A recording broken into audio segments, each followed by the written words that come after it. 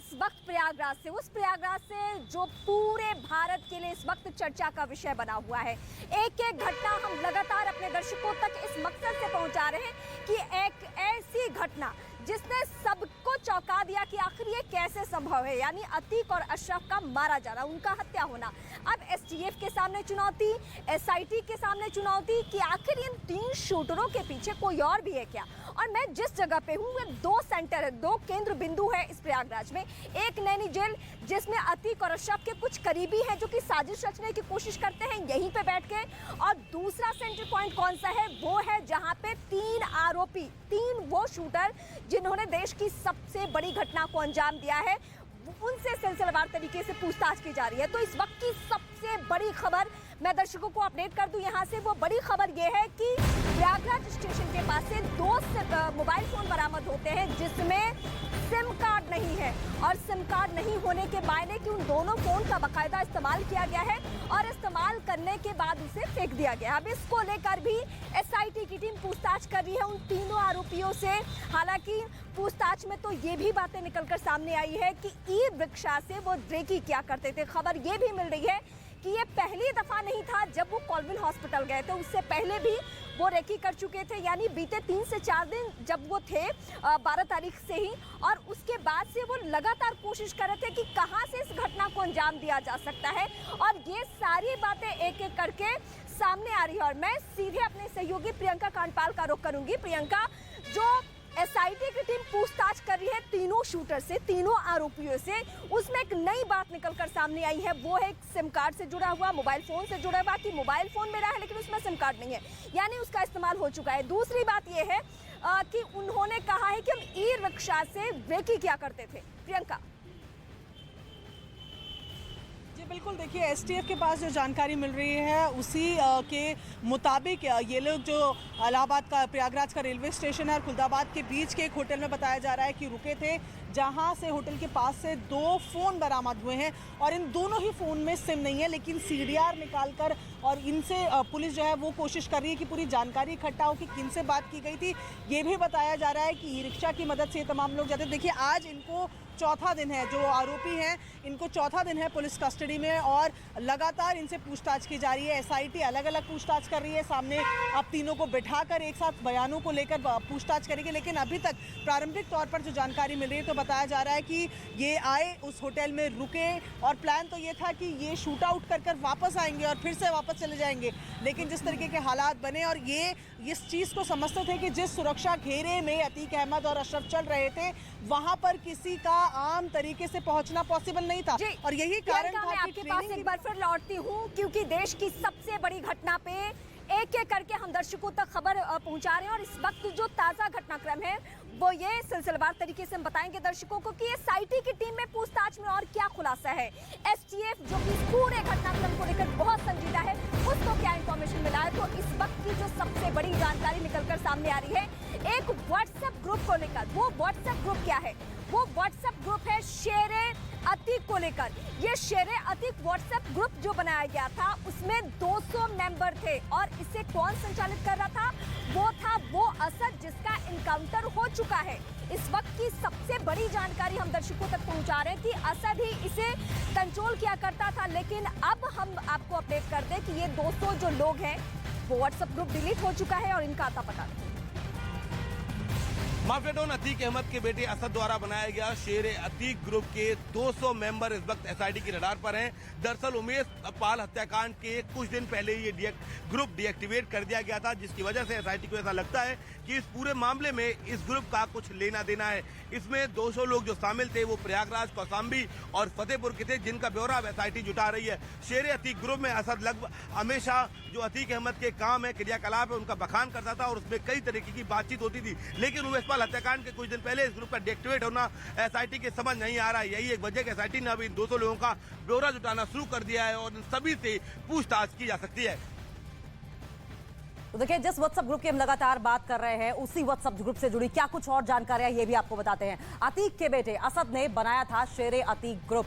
जी हाँ, information wall के जरिए समझने की कोशिश कीजिए रेडार पर शेरे अतीक ग्रुप क्यों है, क्योंकि असद ने बनाया था शेरे अतीक ग्रुप। और शेरे अतीक ग्रुप का मकसद क्या था ये भी जानना बेहद जरूरी है, क्योंकि खौफ कायम करना था, कि ग्रुप का मकसद लोगों में डर फैलाना था, लेकिन और कुछ क्या था इस ग्रुप के बारे में? ग्रुप में अतीक के क्राइम किस्से शेयर किए जाते थे जिससे कि ये भयावहता जो है वो और बड़े पैमाने पर फैलाई जा सके। अतीक के आतंक की कहानी शेयर की जाती थी इस ग्रुप में, और इसके अलावा उमेश पाल की हत्या से पहले ये ग्रुप बंद कर दिया गया था। क्यों बंद किया गया था, यह भी जांच का सवाल है। ग्रुप के 200 सदस्य अब एसआईटी के रडार पर हैं। अतीक मर्डर का आरोप आपको बता दे किस तरीके से लगा है, यह भी जानना जरूरी है। अतीक मर्डर का आरोप अरुण ग्रुप का सदस्य है, वो लगा रहा है। तो ये कुछ इंपॉर्टेंट फैक्ट्स है इस ग्रुप के बारे में।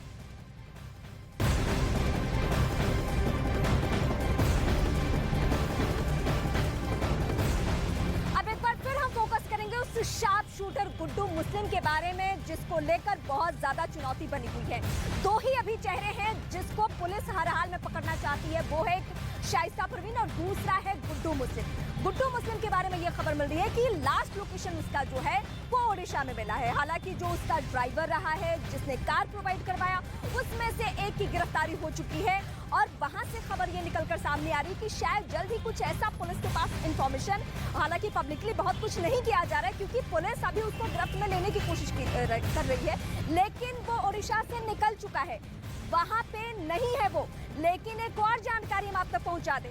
एक और जानकारी ये है कि गुड्डू मुस्लिम की कोशिश क्या है, वो चाहता है कि पश्चिम बंगाल में किसी घटना में उसकी गिरफ्तारी हो जाए, वहां वो सलाखों के पीछे चला जाए और वहां वो सुरक्षित रह जाए। ये उसकी कोशिश क्यों है, ये आप सबको अच्छे से मालूम है। पश्चिम बंगाल में किसकी सरकार है, एक डिटेल रिपोर्ट इस वक्त हम आपको दिखाएंगे गुड्डू मुस्लिम से जुड़ी।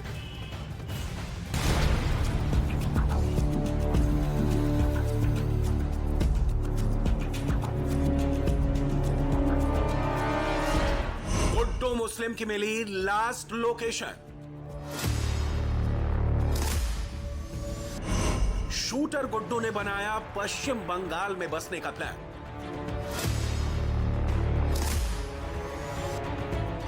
कौन बेच रहा है गुड्डू मुस्लिम का नाम? उमेश पाल हत्याकांड में मोस्ट वांटेड गुड्डू मुस्लिम बहुत डरा हुआ है।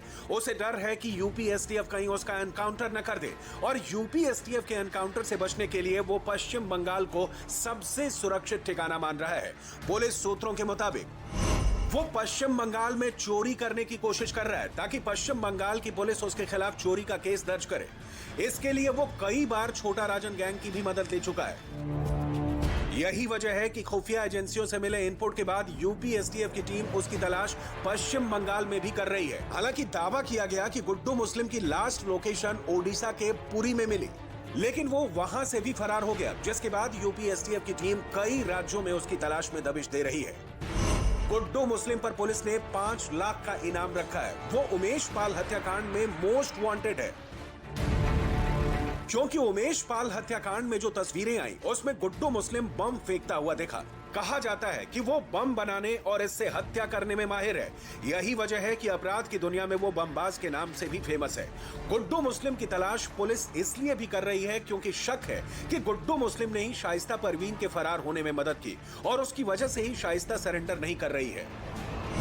उधर लखनऊ में गुड्डू मुस्लिम की धमकी भरी चिट्ठी मिली। ये चिट्ठी आलमबाग के रहने वाले देवेंद्र तिवारी को मिली। उसकी गाड़ी पर धमकी भरा लेटर लगाया गया। 20 लाख रुपए लेकर प्रयागराज पहुंचने को कहा गया, जिससे वो दहशत में आ गया। बताया गया कि इस लेटर में यूपी एसटीएफ के एडीजी और सीएम योगी का भी नाम है। यही वजह है कि यूपी पुलिस के लिए गुड्डू मुस्लिम सबसे बड़ी चुनौती बना हुआ है। अतीक की पत्नी शाइस्ता के पकड़े जाने में भी वो अहम कड़ी साबित हो सकता है। सीधे मैं अपनी सहयोगी प्रियंका कांडपाल का रुख करूंगी। प्रियंका, गुड्डू मुस्लिम परेशानी का सबब बना हुआ है। एसटीएफ हर हाल में कोशिश कर रही है कि जल्द से जल्द गुड्डू मुस्लिम गिरफ्त में आ सके, लेकिन उसकी चालबाजी कैसे शुरू हुई है प्रियंका, ये हम दर्शकों को बता रहे हैं कि पहले ओडिशा जाता है, उसके बाद कोशिश उसकी होती है कि पश्चिम बंगाल में जेल में चला जाए, वहां सलाखों के पीछे चला जाए ताकि वो महफूज रहे।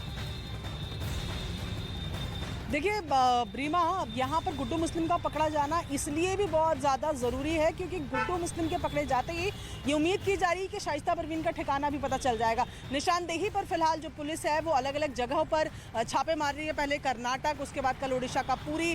फिर ये बात सामने आई कि चाह रहे हैं कि पश्चिम बंगाल में चोरी या किसी भी मामले में उसके ऊपर मुकदमा दर्ज हो जाए ताकि पश्चिम बंगाल की जेल में रहे, उत्तर प्रदेश ना आना पड़े। तो ये तमाम चीज़ें ज़रूर है, लेकिन गुड्डू मुस्लिम सबसे बड़ी फिलहाल पुलिस के लिए कहीं परेशानी का सबब बना हुआ है क्योंकि उसको ट्रेस कर पाना पुलिस के लिए फिलहाल सबसे बड़ा चैलेंज है। साथ ही साथ शाइस्ता परवीन की भी अगर बात करें तो जिस तरीके से कल भी बातचीत हुई, सरेंडर का कहीं से कोई नामो निशान फिलहाल दिखता हुआ नजर नहीं आ रहा। लेकिन ये माना जा रहा है कि इन दोनों में से अगर एक की भी गिरफ्तारी हो जाती है तो दूसरे को पकड़ना पुलिस के लिए आसान हो जाएगा। लेकिन सबसे पहला फोकस अभी जो तमाम और लोग इसीलिए फरार प्रियंका हैं, एक बहुत जिनके बड़ा लिए चैलेंज है और पुलिस लगातार कोशिश कर रही है कि गुड्डू मुस्लिम की जल्द से जल्द गिरफ्तारी संभव हो पाए। लेकिन चलिए अब आपको ग्राफिक्स के जरिए बताते हैं कि कैसे 24 फरवरी को उमेश पाल मर्डर को अंजाम देने के बाद गुड्डू मुस्लिम प्रयागराज से फरार हुआ और पुलिस को अभी चकमा देकर एक राज्य से दूसरे राज्य को, एक शहर से दूसरे शहर को फरार होता रहा। इंफॉर्मेशन वॉल के जरिए समझाने की कोशिश करेंगे कि क्या कुछ हुआ था।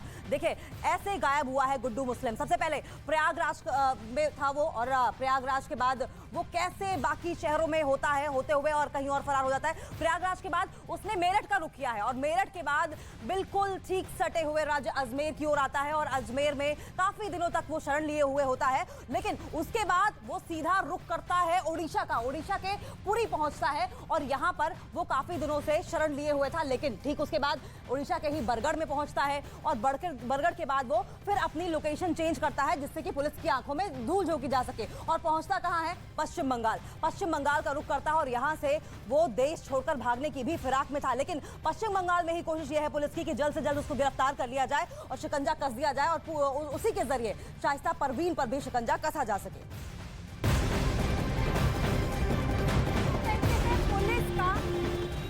इसको कहते हैं पुलिस का इकबाल कायम होना, यानी उत्तर प्रदेश की पुलिस से माफिया, गुंडे, इस तरीके के अपराधी इस तरीके से खौफ खा रहे हैं कि दूसरे राज्यों में भागने की कोशिश में है, दूसरे देश में भागने की कोशिश में है। लेकिन पुलिस के सामने दो लोग चुनौती बने हुए, दो कड़िया चुनौती बनी है। एक तरफ तो गुड्डू मुस्लिम, शाइस्ता परवीन, लेकिन दूसरी और एसआईटी की टीम उन तीनों से पूछताछ कर रही है जो हमलावर हैं, जो तीनों शूटर हैं। यानी उन लोगों से आज अलग अलग बिठाकर भी पूछताछ की जानी है और उसके बाद आमने सामने भी बिठाकर पूछताछ की जानी है क्योंकि उनके पूछताछ की अवधि, रिमांड की, पुलिस कस्टडी की अवधि जो है वो खत्म होने जा रही है और इसके वजह से वक्त बहुत कम है, कम वक्त में सब कुछ निकलवा लेना है मुझसे।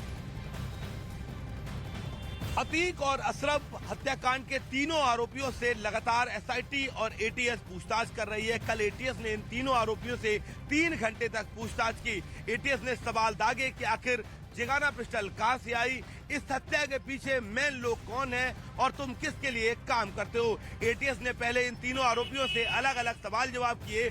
उसके बाद एटीएस ने इन तीनों आरोपियों को एक साथ बैठाकर भी सवाल जवाब किए। हालांकि तीनों के बयानों में विरोधाभास था, इसके बावजूद एटीएस लगातार सवाल दागती रही। एसआईटी की कल क्वेश्चनिंग के दौरान सनी सिंह जो तीसरा आरोपी है उसने बड़ा जवाब दिया है। उसने कहा कि जब उसने असद को, अतीक अहमद के बेटे असद को उमेश पाल हत्याकांड में गोलियां बरसाते हुए देखा तो उसके मन में ये बात आई कि अगर असद इतने बड़े घटनाक्रम को अंजाम दे सकता है तो आखिर मैं क्यों नहीं दे सकता हूं। इस वक्त ये तीनों आरोपी पुलिस लाइंस प्रयागराज में रखे गए हैं जहां पर सुरक्षा व्यवस्था बेहद मजबूत कर दी गई है।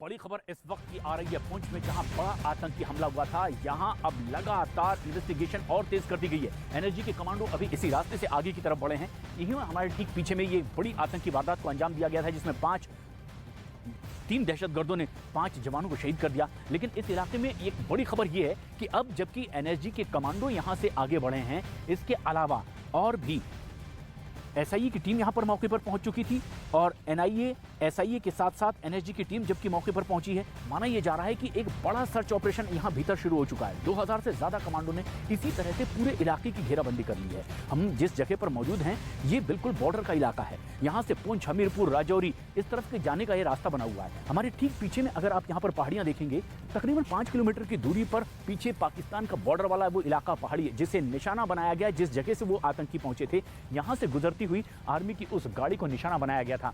लेकिन खास बात यह है कि अब इन्वेस्टिगेशन और ज्यादा तेज कर दी गई है। लगातार इन्वेस्टिगेशन आगे बढ़ रही है। एसआईए की टीम यहाँ पर पहुंची थी, एनएसजी की टीम यहाँ पर पहुंची और एनआईए ने भी अपनी तफ्तीश शुरू कर दी है। 2000